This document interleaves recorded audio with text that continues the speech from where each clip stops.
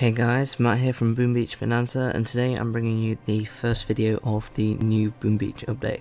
So many of you guys will be aware that the new Boom Beach update came out today, and with that they got loads of visual upgrades, interface improvements and balance changes.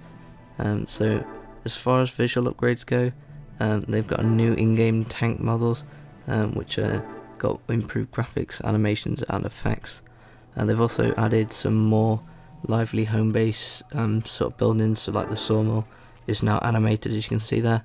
They also have Quarry there, which is pulling up that mine stuff and doing stuff like that.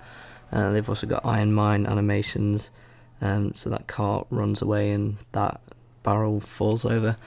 They've also got people entering and leaving residents' huts. So they've added a lot more animation to make the game feel a lot more professional, and you can see like smoke coming from the chimneys there and stuff like that.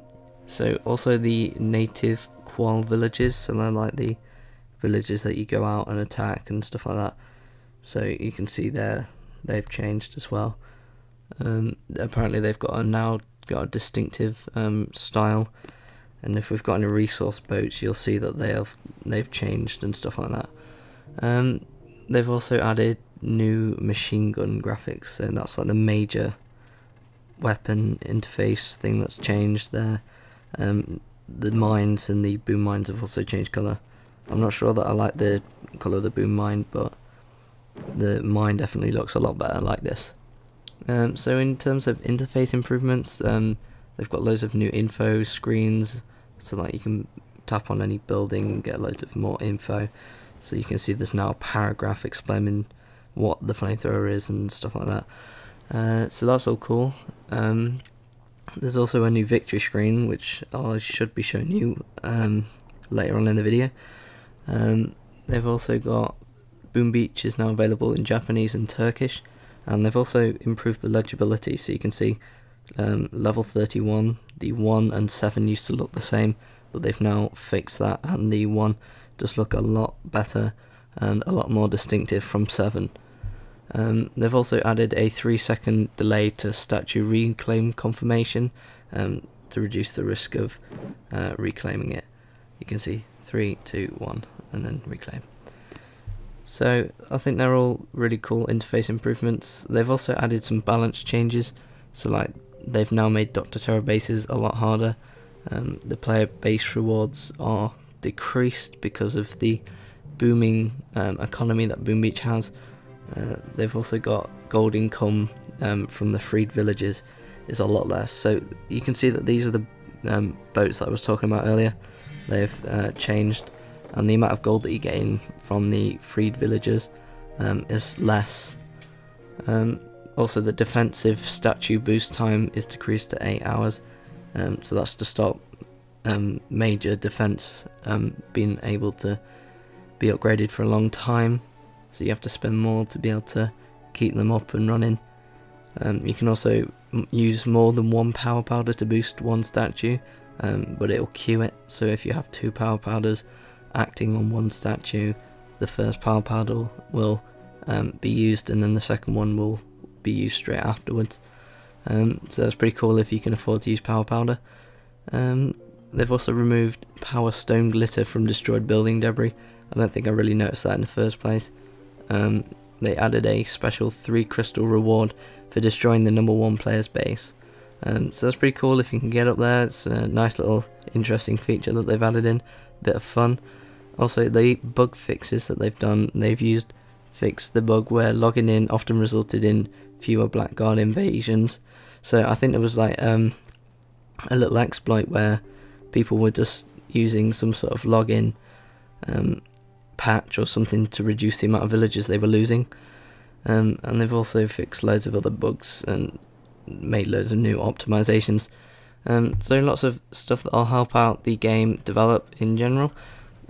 So in terms of why did they get rid of the loot and reduce it, apparently there was loads of floating loot, so like the gold that you stole, there was always like a little bonus so that you could take away, even if like they didn't have much, like they'd spent it, because what you may not know is in the matchmaking, the resources available that you'll gain from an attack stays the same whether or not they spend or gain anymore.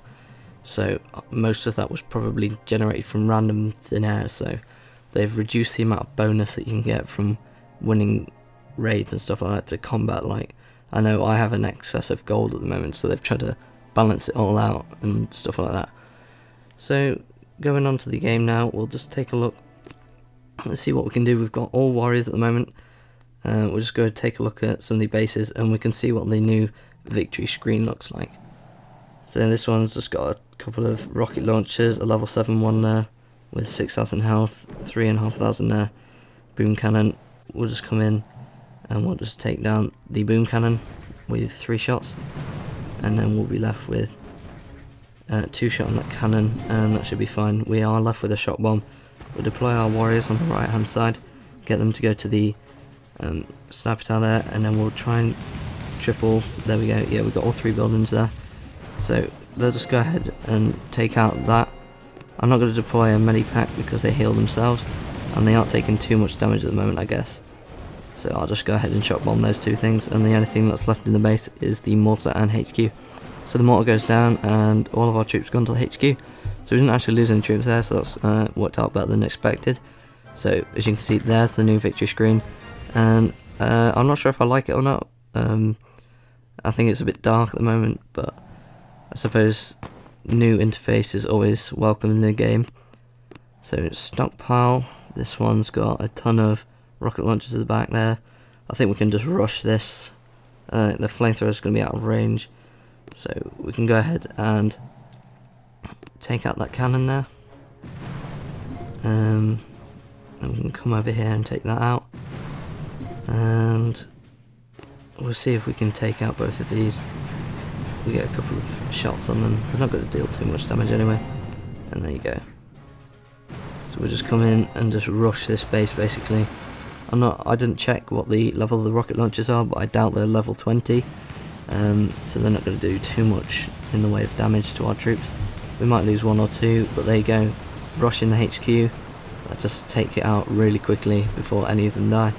So that's really easy raids. Just showing you off the new update here on Boom Beach. And that's going to do it for today's episode, guys. So if you enjoyed the episode, don't forget to hit the like button. And I'll see you guys in the next video.